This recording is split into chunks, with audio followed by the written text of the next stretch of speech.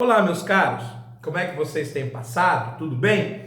Hoje, na sequência, já que ontem foi uma análise política e econômica do mundo e do Brasil, nós viemos para aquela edição em que nós falamos sobre ciência.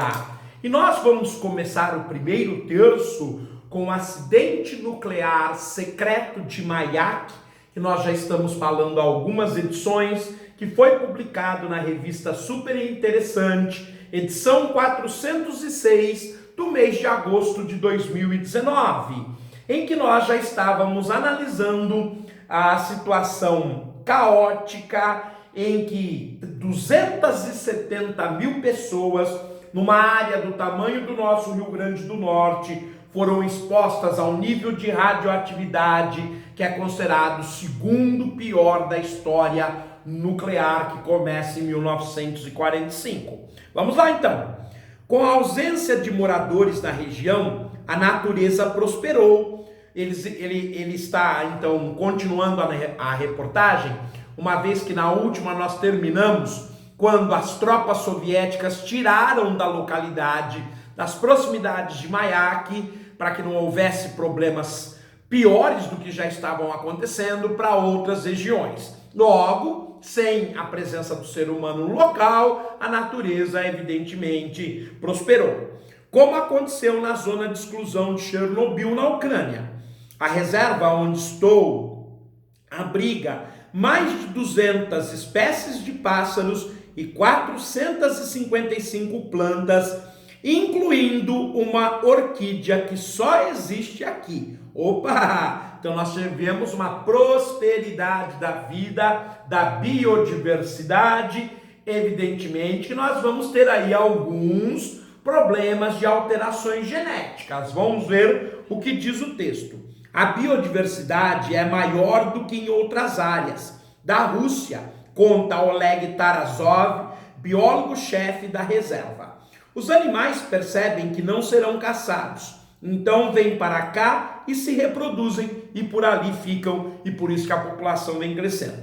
Mas o lugar não é um paraíso para todos os bichos. Havia, é claro, um senão. Mamíferos pequenos como toupeiras e ratazanas ficam com o corpo mais perto do chão e recebem mais radiação.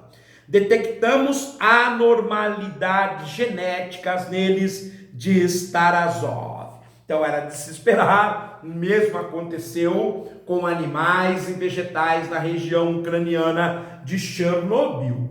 E obviamente, gente, isso pode criar, inclusive, digamos, novas espécies ou espécies que se adaptaram à condição, evidentemente com um tipo de vida menor, mas pode gerar doenças que, por exemplo, nós não temos imunidade.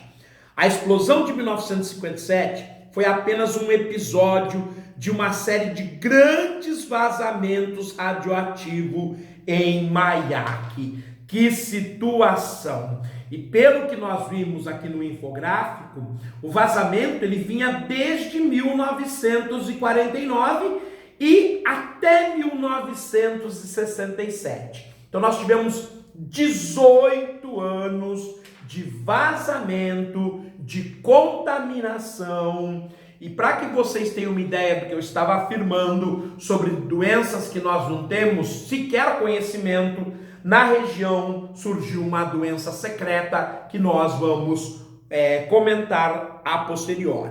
E o pior de todos eles não foi nem sequer acidental.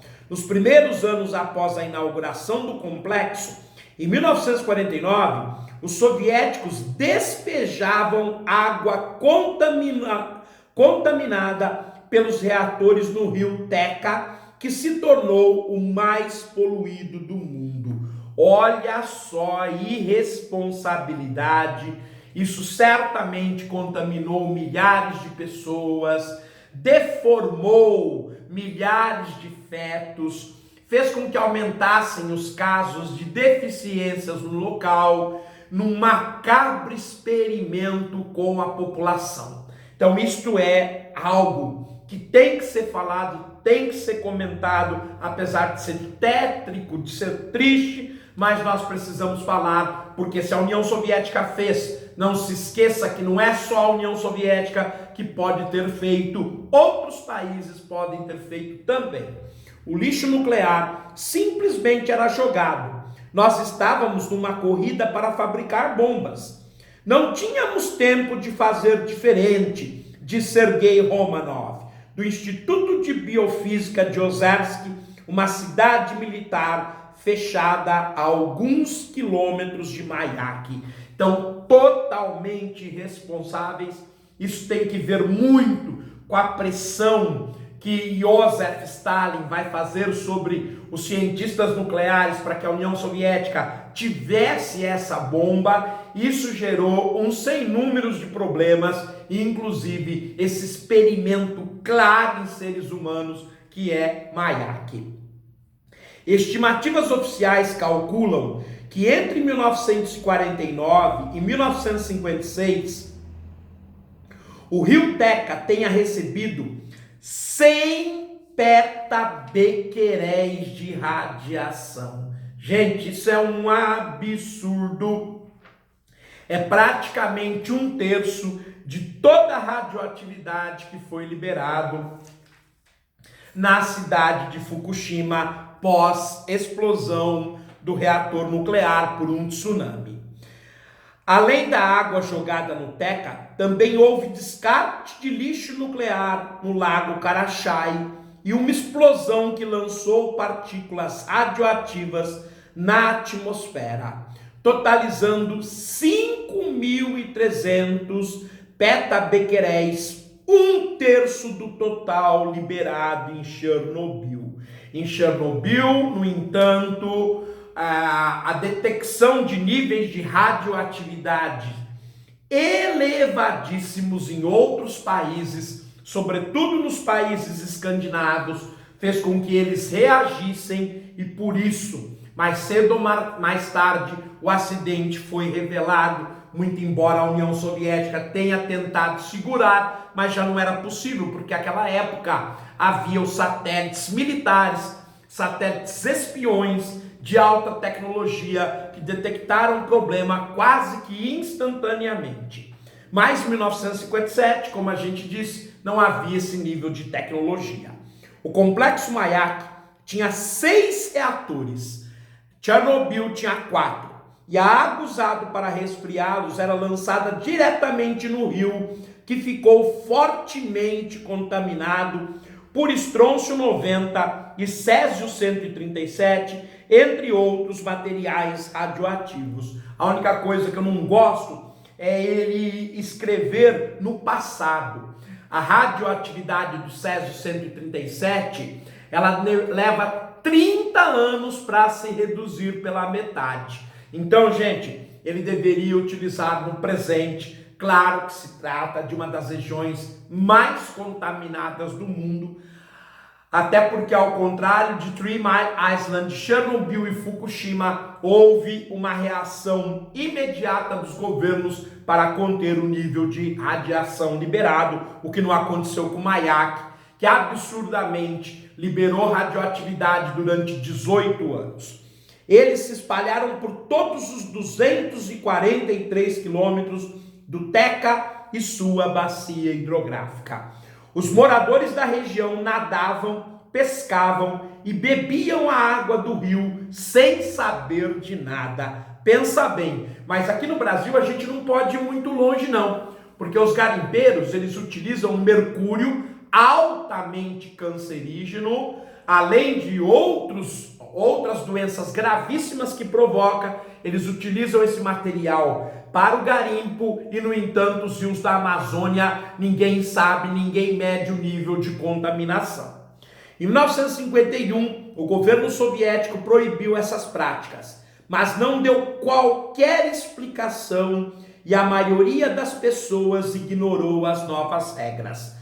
Em 1956, as margens do rio foram fechadas com cercas e aos poucos a União Soviética evacuou 10.000 pessoas que viviam em 19 cidadezinhas a até 100 quilômetros da usina. As casas foram demolidas para evitar que os moradores voltassem e os vilarejos apagados dos mapas oficiais. Esse mesmo procedimento seria usado após a explosão de 1957. No entanto, foi obviamente muito tarde, só depois de 2 anos que o governo soviético vai fazer isso, tanto que a população de 1949 a 1951 vai tomar doses de radiação assombrosas. A Vila Esquecida. Nem toda a população da região foi evacuada. Uma das vilas mais contaminadas, Muslimovo, continuou habitada por muito tempo e só há pouco mais de 10 anos os moradores foram transferidos para uma área segura um pouco mais longe do rio Teca. É mole, gente. Observe que o país era um dos países com mais tecnologias do mundo, porém parece que a população era vista, como a gente supôs aqui, como cobaia.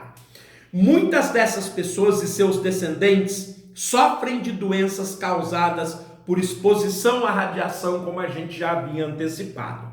Uma das vítimas é Nazia Akhmadeyeva, de 58 anos. Ela tem 2 filhos. Um nasceu com a coluna vertebral deformada e tem epilepsia.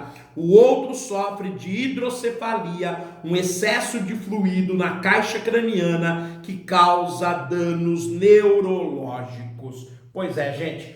É aquilo que a gente já havia antecipado, mesmo lendo o texto com vocês na hora, interpretando. Se a gente não souber algum fato, nós caímos do cavalo e ficamos sabendo junto com vocês. Só que aí a interpretação não vai ser suficiente. Por enquanto, nesses 7 meses de jornal, melhor dizendo, de canal, a gente tem ido bem e tem conseguido acompanhar os conhecimentos propostos pelas revistas. Vamos trocar de tema.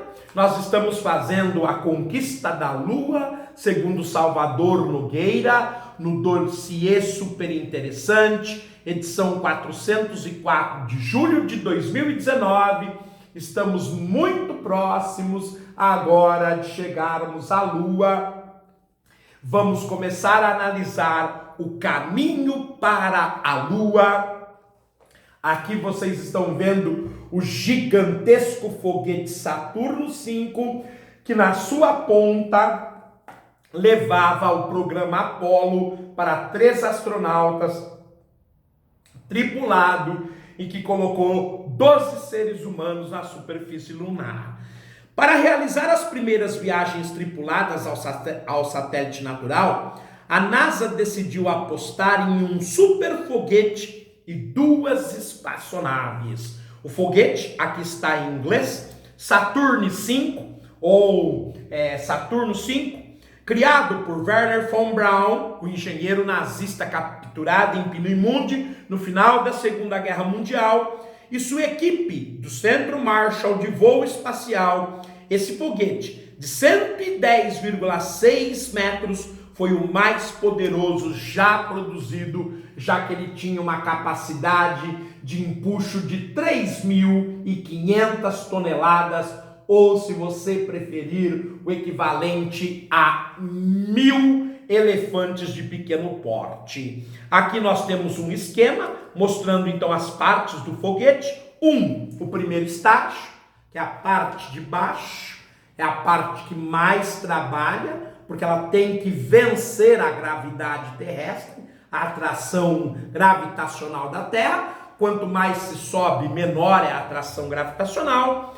2, o segundo estágio já está numa altitude em que a força já não é a mesma necessária do primeiro estágio. Terceiro estágio, o primeiro estágio era movido a querosene, primeiro estágio era querosene.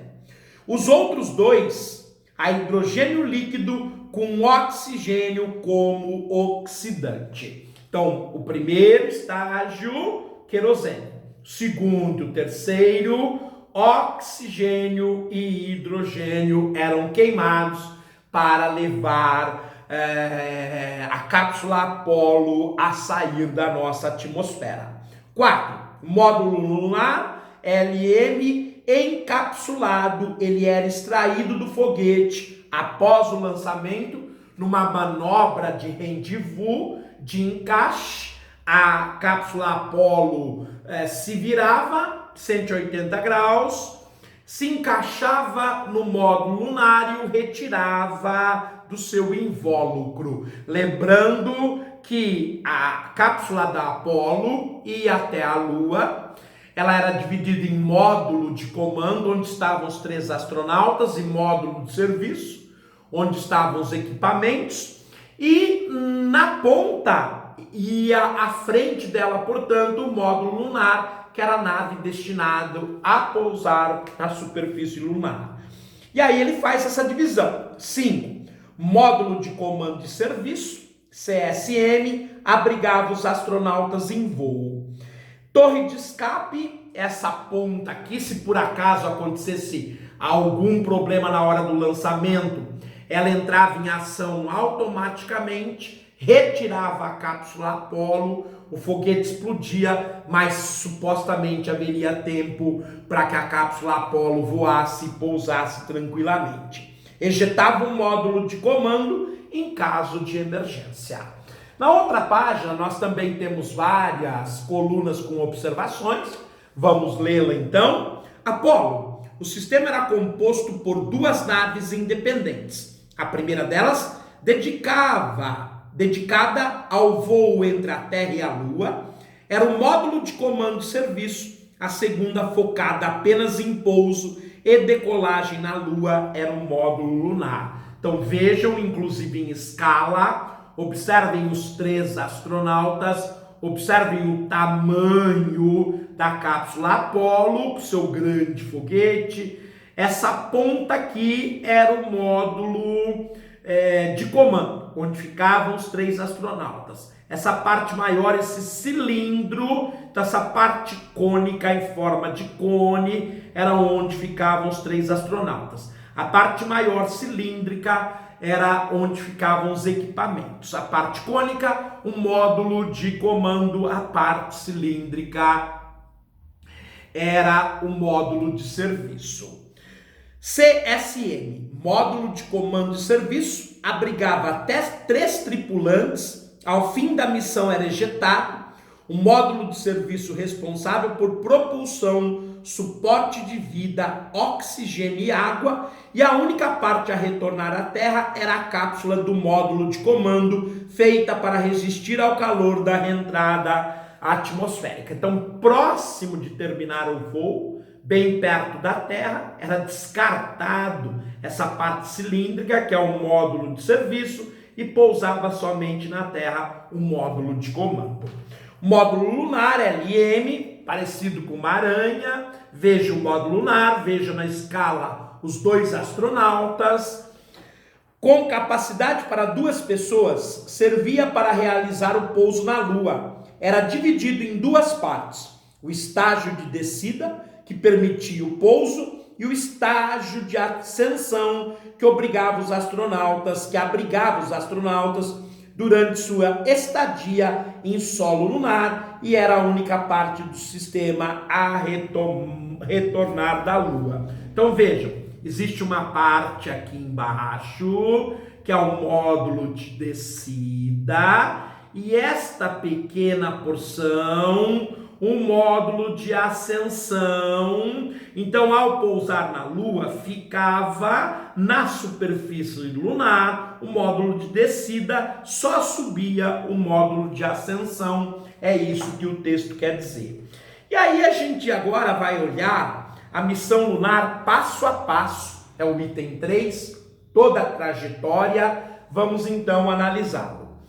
Confira todas as etapas que precisariam ser cumpridas na arquitetura Apollo para uma missão capaz de levar humanos à Lua. 1. Decolagem. O Saturno V coloca o sistema Apollo em uma órbita baixa ao redor da Terra. Então veja o número 1 em roxo, ele sendo lançado do Cabo Canaveral, no sul dos Estados Unidos, e entrando em órbita. 2. Injeção translunar, uma reativação do 3º estágio do Saturno V colocava as naves a caminho. Então eles iam até a órbita baixa da Terra, verificavam se estava tudo ok com o foguete e logo em seguida queimavam mais combustíveis até atingir a velocidade de escape e ir em direção à Lua. 3. Separação. O módulo de comando e serviço se separa do foguete. Se separa após a queima total de combustível e é claro que é ele que vai viajar em direção à superfície da Lua. 4. Extração. O módulo de comando e serviço vira, se acopla ao módulo lunar. O terceiro estágio do Saturno V é descartado. Então faz essa manobra e aí a viagem vai ser apenas daquilo que é necessário, módulo de comando e serviço mais um módulo lunar para a superfície da Lua. Ajustes de curso. A Apollo usa o propulsor do módulo de serviço para ajustar sua rota em direção à Lua. Tudo era automaticamente controlado por giroscópios. No entanto, evidentemente, os astronautas precisavam conhecer muito de navegação e, se necessário fosse fazer manualmente a viagem, claro que eles seriam capazes. Inserção orbital. O módulo de serviço dispara para colocar a Apollo em órbita lunar. Então, eles estavam voando a uma velocidade grande, os retrofoguetes são acionados, diminui-se a velocidade até que o campo gravitacional lunar capture a nave. Ela vai reduzir a velocidade até entrar na primeira velocidade orbital. Inserção orbital. O módulo de serviço dispara para colocar a órbita lunar, já falei. 7. Pouso. 2 dos 3 astronautas se transferem para o módulo lunar e com ele descem até a superfície da Lua. Aqui está o esqueminha do 7. O módulo de comando de serviço girando, orbitando a Lua, e em seguida você vê este esqueminha, esse desenho parecido com uma aranha descendo na superfície lunar. Devido ao andar do tempo, nós vamos ficar por aqui e na próxima edição a gente retoma o caminho para a Lua com o projeto Saturno e eu explico então a volta da Apollo em direção à Terra. Agora nós vamos começar a terceira reportagem do dia, inaugurando a revista Galileu deste mês, agosto de 2019, edição 337, que na capa traz a reportagem principal sobre o envelhecimento. Porém, não é esta reportagem que nós vamos analisar. É aquela destacada na capa, página 64, fusão nuclear vira esperança de energia limpa para o planeta. Então agora nós vamos falar sobre a fusão nuclear. Nós fizemos aqui vários programas em que se envolvia a fissão nuclear. A fissão nuclear que acontece numa bomba atômica, que acontece num reator atômico.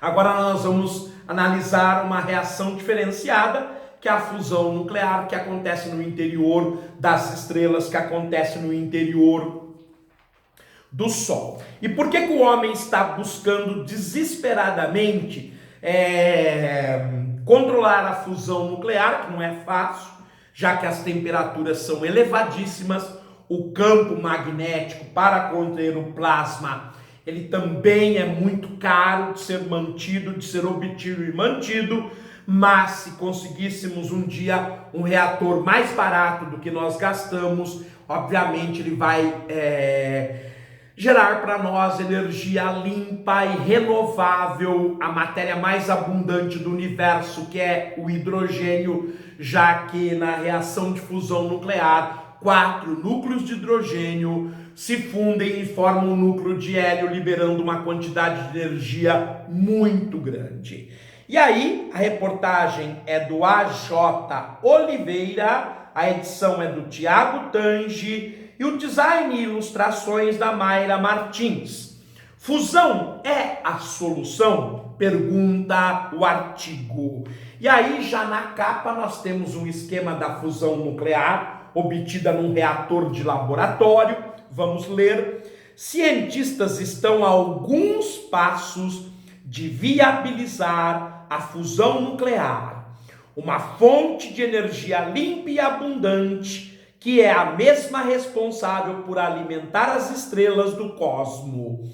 Começou a corrida contra o tempo para que a tecnologia esteja disponível antes que as mudanças climáticas fiquem irreversíveis.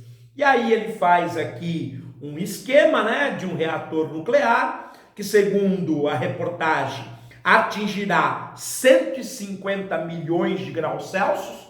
Para que tenham uma ideia disso, a superfície do Sol está a 6 mil graus Celsius e o núcleo do Sol a 15 milhões de graus Celsius, portanto 10 vezes mais frio do que esses 150 milhões de graus Celsius que eles querem obter no reator nuclear. Aí nós vemos o esquema com as bobinas eletromagnéticas, gerando forte campo eletromagnético, que vai conter esta temperatura toda. Lembrando que nestas condições de fusão, surge um outro estado da matéria, que é o mais abundante do universo, mas que não é comum na Terra, que é o plasma, gente? Então vamos lá. Mais informações dos olhos antes do texto e das ilustrações. 99% do universo é feito basicamente de plasma.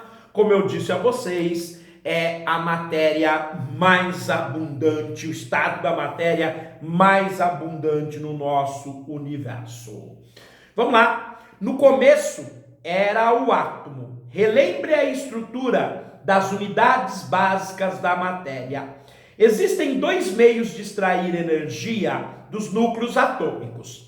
É possível fundi-los ou quebrá-los. Fundi-los é a reação de fusão nuclear. Quebrá-los é a reação de fissão nuclear. Fissão envolve a quebra de um núcleo pesado em dois núcleos mais leves. Por exemplo, urânio 235 em outros elementos, o estrôncio 88 e o césio 137, por exemplo. Já a fusão consiste na combinação de dois núcleos leves para formar um pesado. Isso é possível graças à estrutura dos átomos responsáveis por construir toda a matéria orgânica e inorgânica. De modo geral, o núcleo atômico é composto de prótons e nêutrons. Já os elétrons orbitam ao redor do núcleo e são atraídos pelos prótons. Claro que esse é um esquema bastante simples. Inclusive, se você quiser conhecer um pouquinho mais desse esquema, nós temos aqui no canal Geomasa a playlist com já quase 50 programas, que é o Colapso do Universo, em que no começo, na primeira parte, nós já estamos na terceira parte, nós falamos sobre partículas e energia. Então aqui você tem um esquema geral do átomo. No núcleo você tem duas partículas, uma carregada positivamente, que é o próton, outra que é neutra, que é o nêutron, e ao redor, girando ao redor do núcleo, aquela que é carregada negativamente, que é o elétron.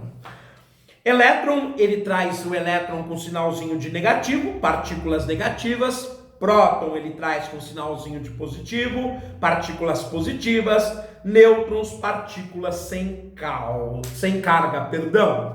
E aí ele vai colocar um esquema aqui da fusão nuclear. Então vamos lê-la. O poder dos átomos. Sabe aquela máxima, a união faz a força? Ela faz todo sentido para a fusão nuclear. O processo funciona por meio da junção de dois núcleos atômicos leves para formar um mais pesado, como a soma das energias dos núcleos leves é superior há energia do mais pesado, sobra energia e é essa energia produzida na fusão. São usados na reação dois isótopos de baixa massa, normalmente variantes do hidrogênio. O deutério, que é formado por um próton e um nêutron, e o trítio, um próton e dois nêutrons, lembrando que o átomo de hidrogênio, ele tem, melhor dizendo, o elemento químico hidrogênio, que é aquele caracterizado pelo número atômico 1, e esse número atômico ele mostra o número de prótons. Esse elemento químico hidrogênio ele é formado por 3 tipos de átomos. O primeiro átomo é o mais simples. Ele tem um núcleo com um próton girando um elétron em volta. Esse é o núcleo de hidrogênio simples, também chamado de monotério ou prótio. Aí o hidrogênio pode ganhar no núcleo uma companheira, que é um nêutron, uma partícula companheira. Então fica girando ao redor do núcleo apenas um elétron. No núcleo nós temos apenas um próton, então continua sendo um átomo de hidrogênio, só que ele ganhou um nêutron, então ele muda um pouco suas características. Esse é aquilo que a gente chama de, deixa eu ver se está aqui inclusive no deutério, isso está o nome aqui. E nós temos um terceiro átomo do elemento químico hidrogênio, que é quando você tem um próton no núcleo e 2 nêutrons. Ele continua hidrogênio porque ele tem um próton só. Ele ganhou 2 nêutrons. E tem um elétron girando ao redor desse núcleo com 3 partículas. Esse é o trítio. Muito bem. Em condições extremas de temperatura e pressão, eles se fundem, produzem hélio, liberam uma quantidade de energia e um nêutron acelerado, também usado para aquecer a água e gerar eletricidade. Então, de uma forma ou de outra, vai se gerar a energia quando você funde hidrogênio com hidrogênio, trítio com deutério, hidrogênio com trítio. Energia. A fusão nuclear é considerada muito mais eficiente, já que libera 4 vezes mais energia que a fissão.